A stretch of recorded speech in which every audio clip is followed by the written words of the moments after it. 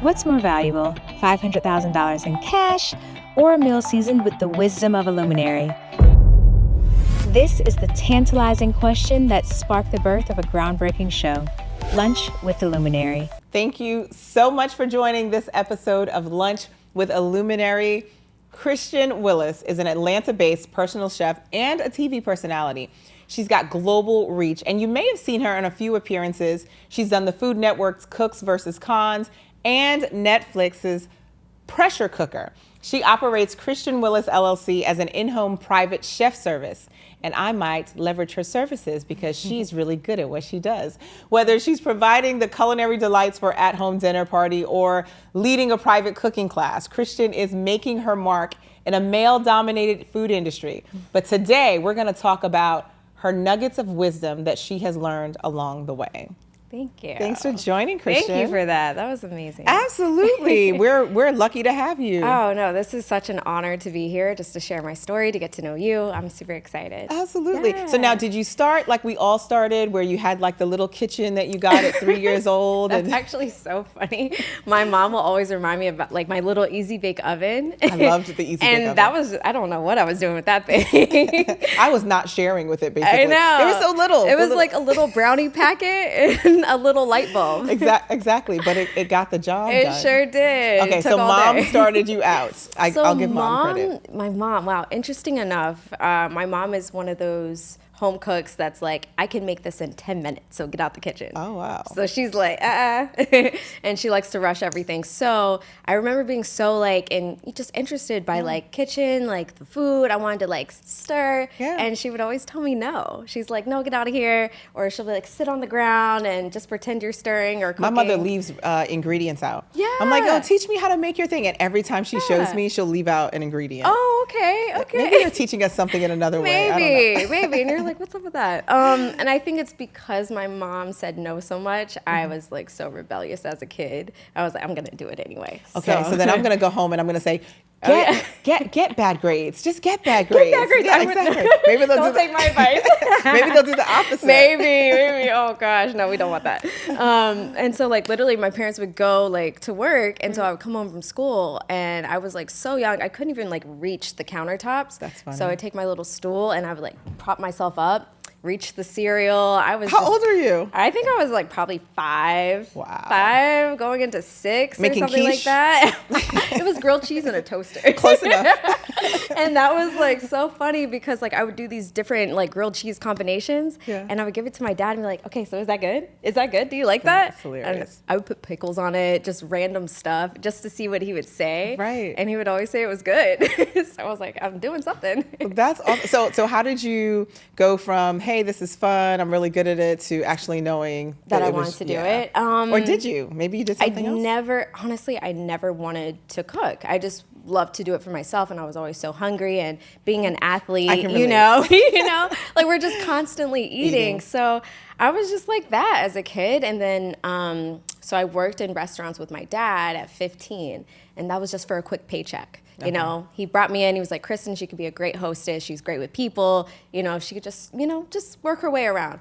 And he didn't know what he was doing was like laying a foundation, because I ended up really, really enjoying it, not knowing that's what the path was going to be.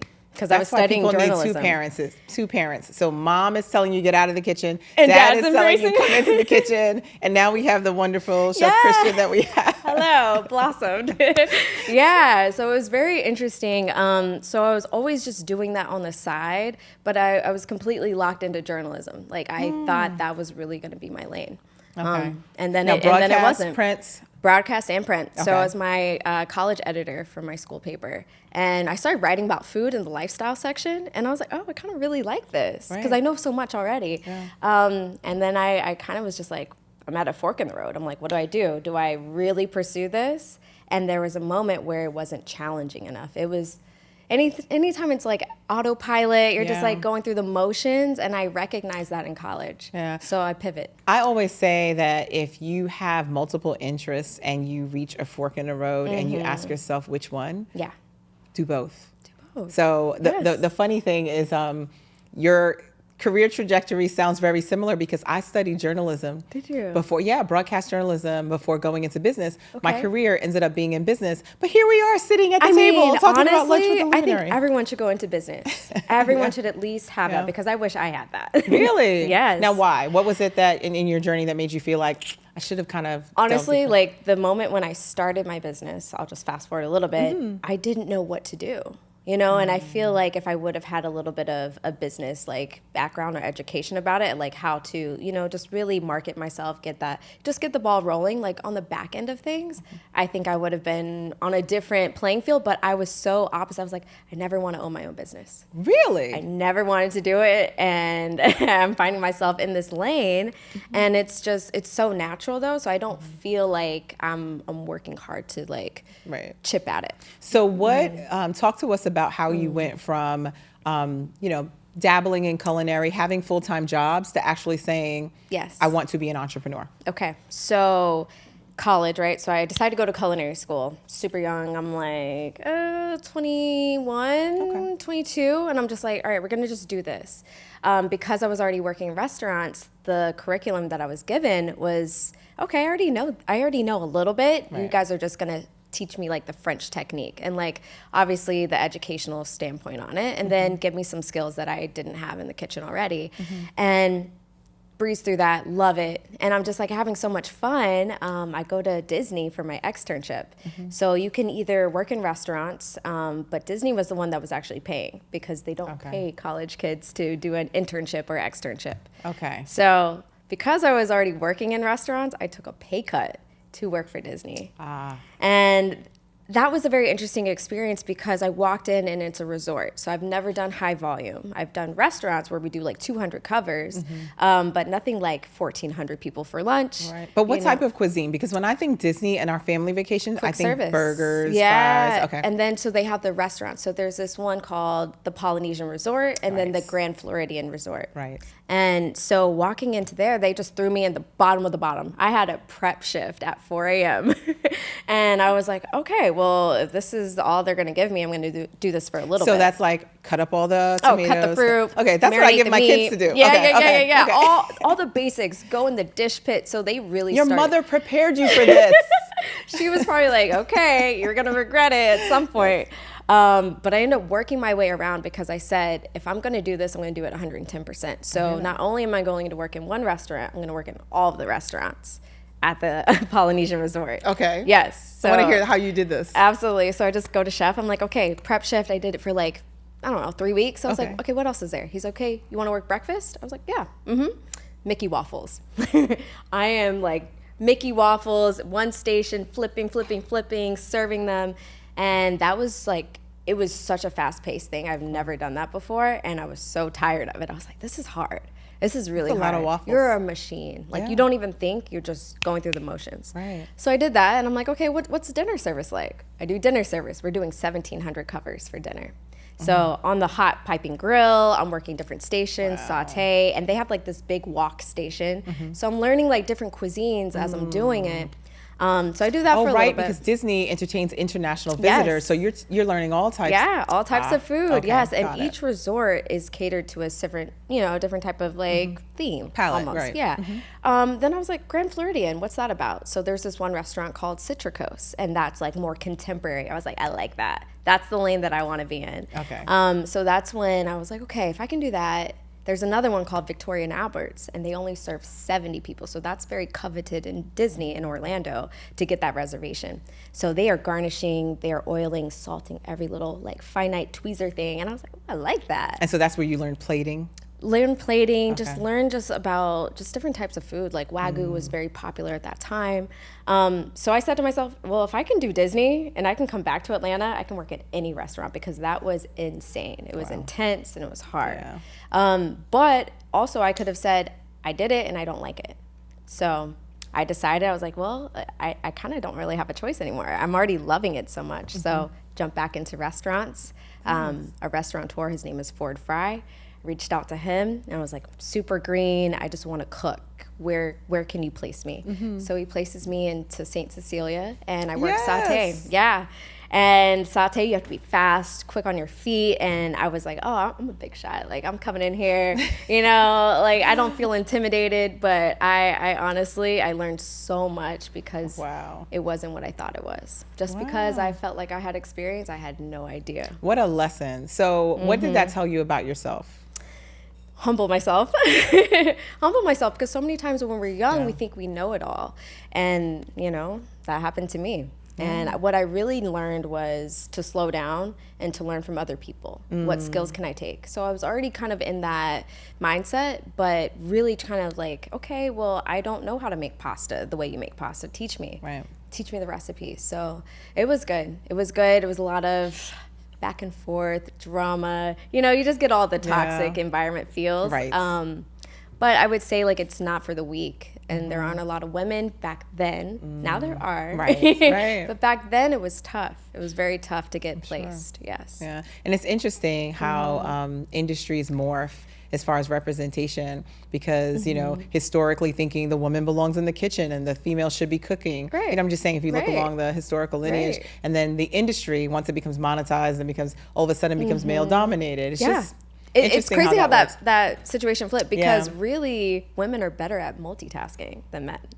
I mean, I would have to agree with that. You do? 110%. I just want to know how you stay such a beautiful, fit chef. You're making all these amazing meals. What's your workout regimen? How do you balance it? Don't tell me it's natural. I don't want to hear that. It's genetics. I want to hear work. I want to hear work.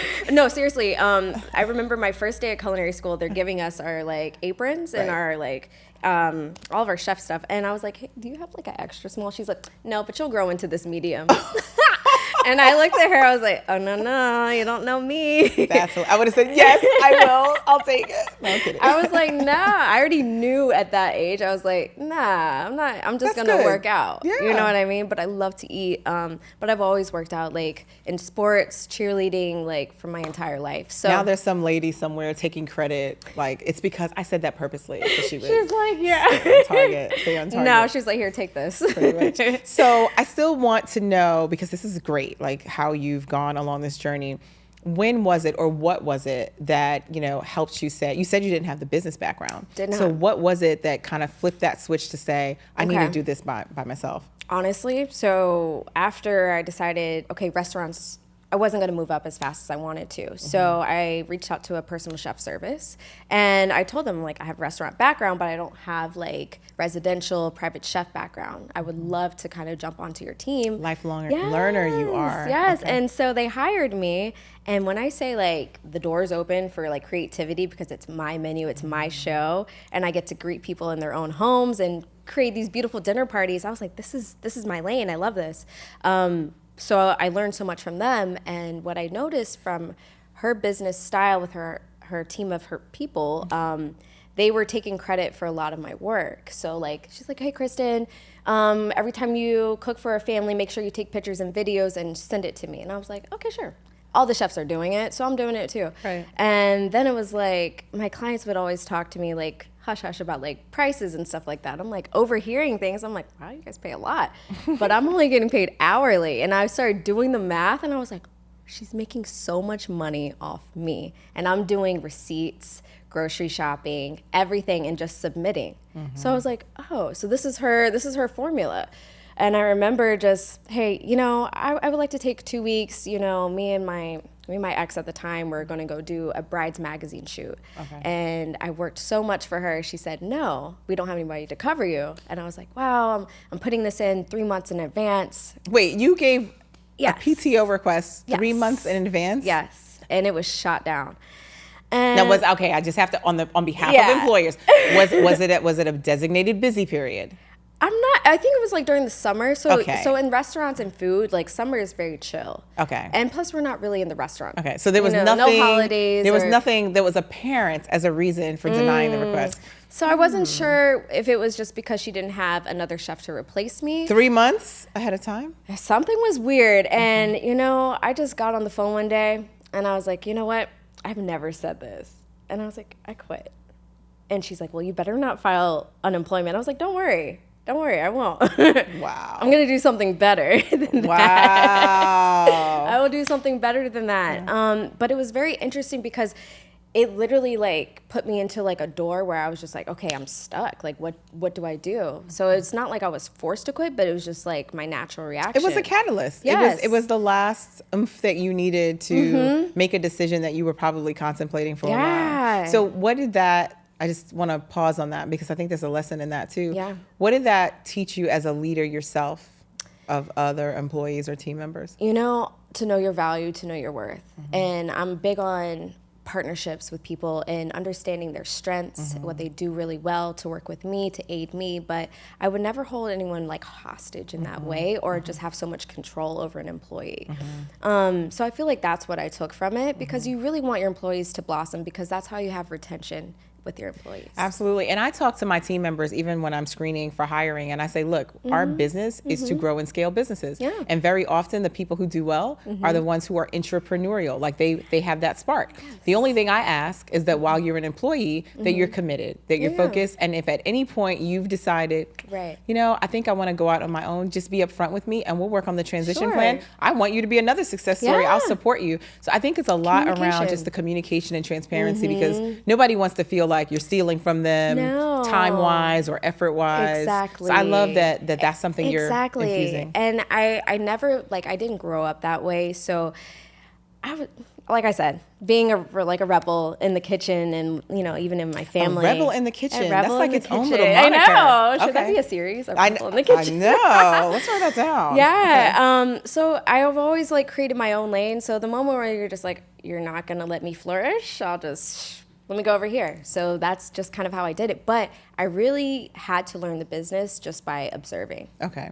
Observe. Okay. So you, again, I mentioned that earlier, you impressed me as a lifelong learner. Like every situation that you've put yourself in, you figured out what am I going to learn from this and how do I maximize the learning that I get from this. I love that. Even when you were at Disney, right? At Disney. You created your own rotational program. I sure did. You know, and they would see me one day and I'm off to the other day. It was very interesting. And like, I'm away from my family, away from my friends, meeting all these new people.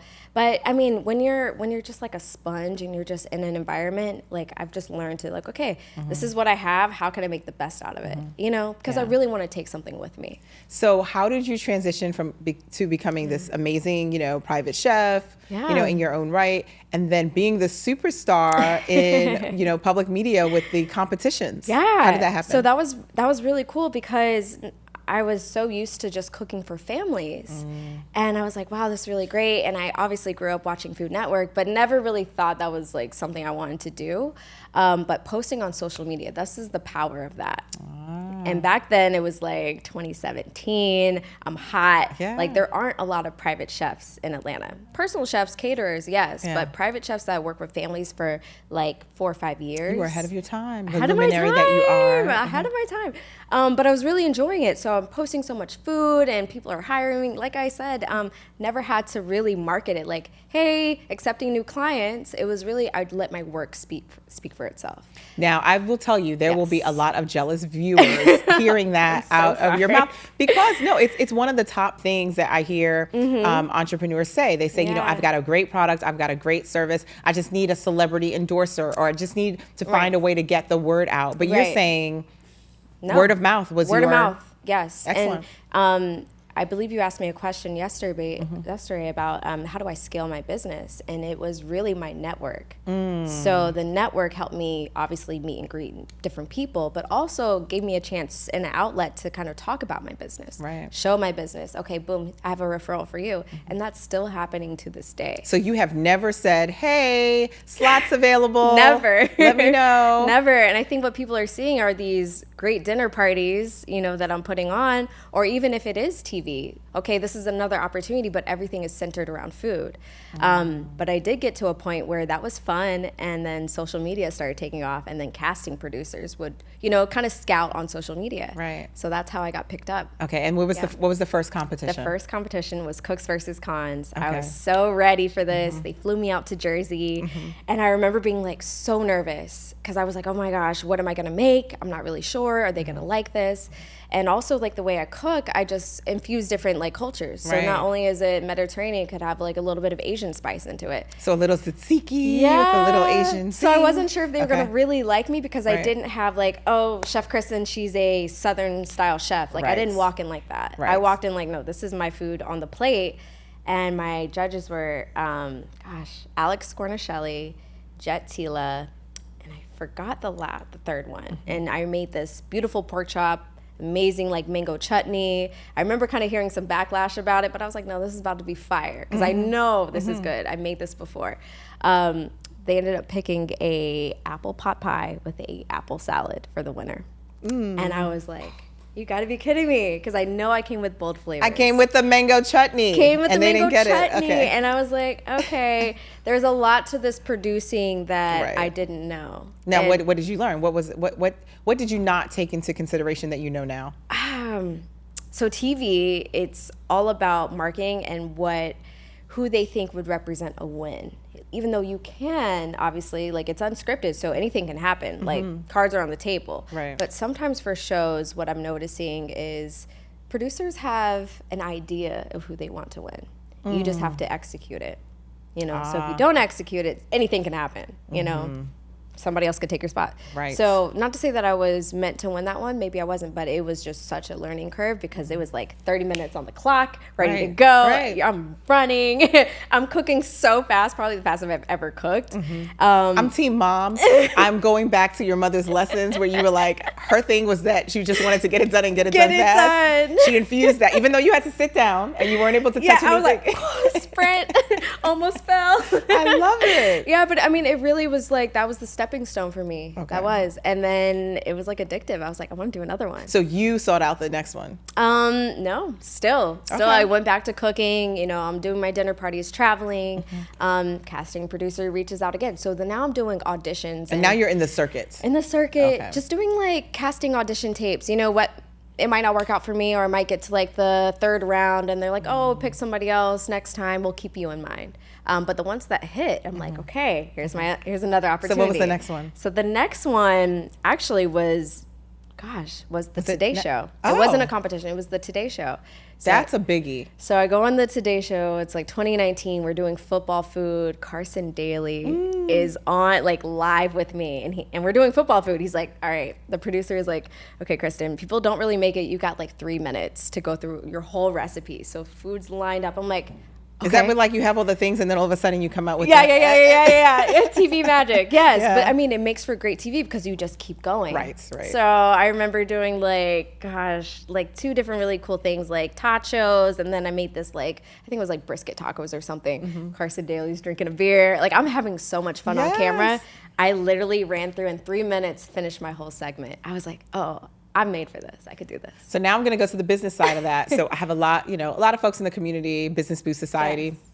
They'll say, I just need a big hit, like a national show. So you had a good time. Had a great time. Obviously, that's a great platform and brand builder. Yeah. What was the other value from being on the Today Show? I mean, so my net worth just expanded, right? Because that's national. So many people like I could reach, but you're only hot for like, 10 seconds of fame, So what do? You pivot off that. You're like, okay. How'd you pivot? How'd you make it work for you? I was ready. So not only did I have social media content ready to push on that same day, and I kept it going, but I leveraged that video that I have and I sent it to other people. Got it. Yes. So that became part of your resume. And then you did see an immediate uptick in visits from being on the show. Absolutely. Okay. I mean, unfortunately, COVID happened the next year. Right. But I remember January, I was on Hallmark, A Home and Family, did this really wholesome like cooking demo, and I like gave it like homage to my mom and her favorite thing she loves to make, which is shepherd's pie.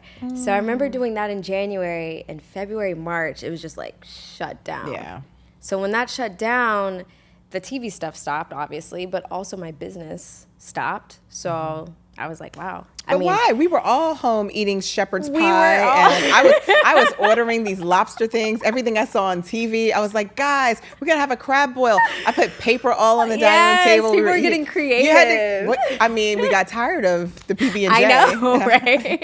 And you're like tired of cooking, so what else can I order? Exactly. Yeah. But I remember that time, my clients that I did have, they were super fearful, and they're like, don't even leave food at the door. Oh, right. Like, Your home business. Yes. Yeah. So Okay. I was like, oh, okay. So we're we're going to just put a pause on this. Right. So took a little break, you know? Okay. Yeah. We all did. Yeah, we all did. We all did. But a lot of, I mean, not to say either you blossomed in that time of solitude and have a lot of time in your hands to recreate, rebrand, or a lot of people say, hey, I'm out. A lot of my restaurant friends never went back to cooking. Yeah, I've seen that. They're working for corporate. I was like, well, you know, it sucks, but I'm still going to stand on what I have right now. And thankfully, I had the foundation. And you persevered. Sure did. And so you have been doing amazing things in the area of sponsorship. And I know that there are a lot of entrepreneurs interested in making that pivot. You're like a pivot queen. Yes. So talk to us about your first sponsorship and how that even panned out. Absolutely. It actually happened during the pandemic. So social media, right? That's the only thing we really had. So I was like, well, I guess I can make money on social media now. So there was a brand, Patagonia, and it was a cerveza company. So they're like, what can you make with our beer? And I was like, oh, easy. I can cook with beer. So I literally started making content. And Did you make crab? It's the only thing I know how to make with beer. I think I made this like beer cheese sauce to go with like this grilled like Where sausage. do you come up with this? Yeah, You were putting pickles in.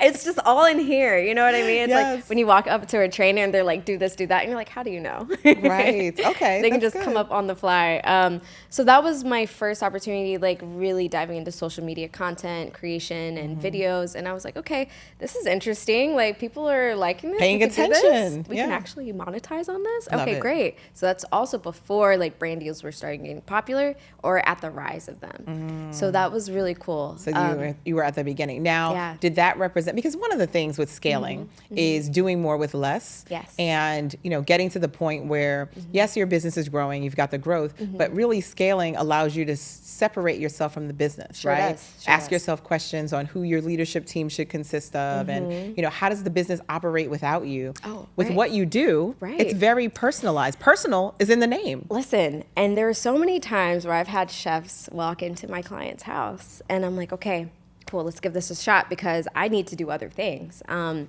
it's very interesting when I hear my clients' feedback. They're like, yeah, but they're not you. You're not Christian. They Exactly. don't cook like you. Or they're not personable. They're not friendly. They're a little too quiet. And I'm like, oh, okay. So now I'm starting to realize like, I'm like really like one of one. And it's hard because like, yes, I can scale, I can grow, but what does that do to my name, right? The representation of my name. Like, I don't want to tarnish it. But you don't have a cloning machine. Exactly. And I'm like, I wish I did because I would love to have a very successful team behind me that can cook and like really like put on these amazing elaborate events. But I had to really pick and choose. I could go that route, you know, and I just like deal with a little bit more headaches and stuff like Right. that and managing people, or I could just keep it, you know, in my lane. So you revisited your business model. Yes. To extend beyond the personal chef offering to doing other things in the culinary space is what I'm Absolutely. hearing. Okay, Yes, so that's your personal, your Yeah. brands, your brand as an individual. Talk to me a little bit about like what the next phase or what that next phase looks like. So that next phase, obviously, I'm almost looking at this dish right here. Like this is food, right? And these are all my ventures, just kind and of just like, in yes. case people didn't, you know, Yes. it's definitely real It's food. real These food, are guys. not props. We're smelling this. I'm just saying. It's beautiful. But I feel like that's been my whole life. So I want to always keep that as my core value. So whatever I do, philanthropy work, obviously cooking demos, everything is still centered around food. Okay. Yes. Excellent. Okay. So I want to go back to this brand deal sponsorship piece. Okay. Share some insight. So for folks that are listening that are saying, Yeah. you know, my product, my service, what I do, I've been really investing in my social media platform. How do I, you know, if I'm not just waiting for someone to notice me, Oh. how do I get more deliberate? Because you got deliberate around This, it. yeah. No, this game is like hard. When I say you were doing cold calls, like that's what I'm saying. I wish I would have learned business like from that standpoint because you are really advocating for yourself. Cold calls, okay, I'm even on LinkedIn. Who's the marketing manager? I'm doing my research. Okay, so start from scratch. Yes. We want to do a brand deal for Okay. your chef service. You've Yes. already done Patagonia. Yes. Where did you start? Absolutely. So, I mean, obviously that one came to me, but Right. the ones that I have a whole wish list, and I would say this for everybody. Make a wish If list. you think about the brands that you're already utilizing as yourself, right? think about hair, makeup, skin, clothing, even just from activities, things that you like to do, that is your perfect wish list. Because so Starbucks should come through, yes. basically. Starbucks, sign her. Yes, and I mean, because it's so personal and you already are passionate about that and you love the quality of whatever the brand vision that they have. Right. So it just makes great synergy. And so I try to always stay in that lane. From products in the kitchen, I'm like, I really love this olive oil. I'm using it a lot. Okay, who's the marketing manager that I can reach out to? Let me go ahead and shoot some content and show them that I'm really interested. Yes. So you're proactive. Yes. You basically give them a teaser and a taste. Yes, this is what it could look like. Okay. Absolutely. And then it's a waiting game. And it's a lot of no's, and a lot of like people ignoring you. But the more you stay at it and you're consistent, people will literally circle back. Now, was there a threshold for your followership before you even became like irrelevant for them to even pay attention to? Do you feel like I would say doing obviously the demos and the cooking and the appearances have boosted that. So now I think brands are a little bit more aware. I don't have a blue check, you know? I'm still waiting on that. Why? You could pay for that. Honestly. But I kind of was Why don't you? I kind of was like, you know what? I just want it to be organic. Like when it happens, even though I feel now like, that they've monetized it, it will not be and organic. now they're like, okay, pay, what is it? Like, I think there's like a top tier of like 130 you can I mean, pay what is now. it, blue or bluest? Like, I mean, stop it. Okay. It's so silly. That's where I'm like, okay, cut it out. But I will say the more open you are and the more you are putting yourself out there, people would recognize you. Right. So that's why I do the food festivals. That's why I try to just stay relevant and in my community as well. Right. Yeah. So what is your recommendation around the frequency that our business owners should post? Ooh. Posting on content? I need to take my own advice.